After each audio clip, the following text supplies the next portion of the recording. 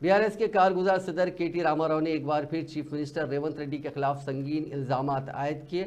आज उन्होंने मीडिया से बात करते हुए कहा कि कांग्रेस दौरे हुकूमत के 100 दिन झूठे बयानात के साथ गुजर गए। उन्होंने कहा कि 10 साल हकीकत और 100 दिनों के झूठ के दरमियान काफ़ी वाज़ेह डिफरेंस दिखाई दे रहा है। केटिया ने मजीद कहा कि अवाम कांग्रेस को पार्लिमानी इंतखाबात में सबक सिखाने के लिए तैयार है।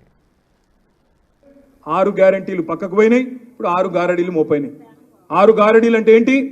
ఒకటేమో కాళేశ్వరం స్కామ్ అని చెప్పి యూట్యూబ్లో ఆన్లైన్లో ఒకటి రాయాలి, ఇంకో దిక్కు బర్ల స్కామ్, ఇంకో దిక్కు గొర్రెల స్కామ్, ఇంకో దిక్కు ఫోన్ ట్యాపింగ్, ఇదట అంటే అదట, అదట అంటే ఇదట, వీళ్ళ ఫోన్ ట్యాప్ అయిందంటే వాళ్ళ ఫోన్ ట్యాప్ అయిందట। నిన్న చూసిన ఓ దగ్గర నేను 10 లక్షల ఫోన్లు ట్యాప్ చేసిండు కేసీఆర్। చేస్తే గీస్తే ఒకడో ఇద్దరో లుచ్చగాళ్ళ ఫోన్లు ట్యాప్ చేసి ఉండొచ్చు, నాకేమెరక కానీ చేస్తే చేసి ఉండొచ్చు, దొంగల ఇల్లంగలి, ఎందుకంటే పోలీసుల పనేది। కానీ దానికి ఏదో పెద్ద అంతర్జాతీయ కుంభకోణం ఏందో జరిగిపోయింది, ఏమో అయిపోయింది। ఎందుకు ఇవన్నీ డ్రామాలు? ఎందుకంటే ప్రజల మనసు అటెన్షన్ డైవర్ట్ చేయాలి। దేని మీదకి డైవర్ట్ చేయాలి? రైతు బంధు ఇస్తలేదన్న దాని మీదకి డైవర్ట్ చేయాలి, మహిళలకు 2500 వస్తలేదన్న దాని మీదకి డైవర్ట్ చేయాలి, పెద్ద మనుషులకు 4000 పెన్షన్ వస్తలేదన్న దాని మీదకి వెళ్ళి అటెన్షన్ డైవర్ట్ చేయాలి। దేని మీదకి తిప్పాలి దీన్నంతా?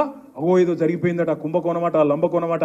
అరే రేవంత్ రెడ్డి గారు, ముఖ్యమంత్రిగా నువ్వే ఉన్నావు, చేతనైతే దమ్ముంటే ఈ లీకులు బంద్ చేసి చర్యలు తీసుకునేది ఉంటే తీసుకో, మేము వద్దంటలేం, కానీ ఈ పనికి మాలిన డ్రామా లాపు। అప్పట్లో నాగార్జునదో సినిమా వచ్చిండే, అందులో పాట ఉంటుంది గ్రీకు వీరుడు అని, ఈయననేమో లీకు వీరుడు రేవంత్ రెడ్డి।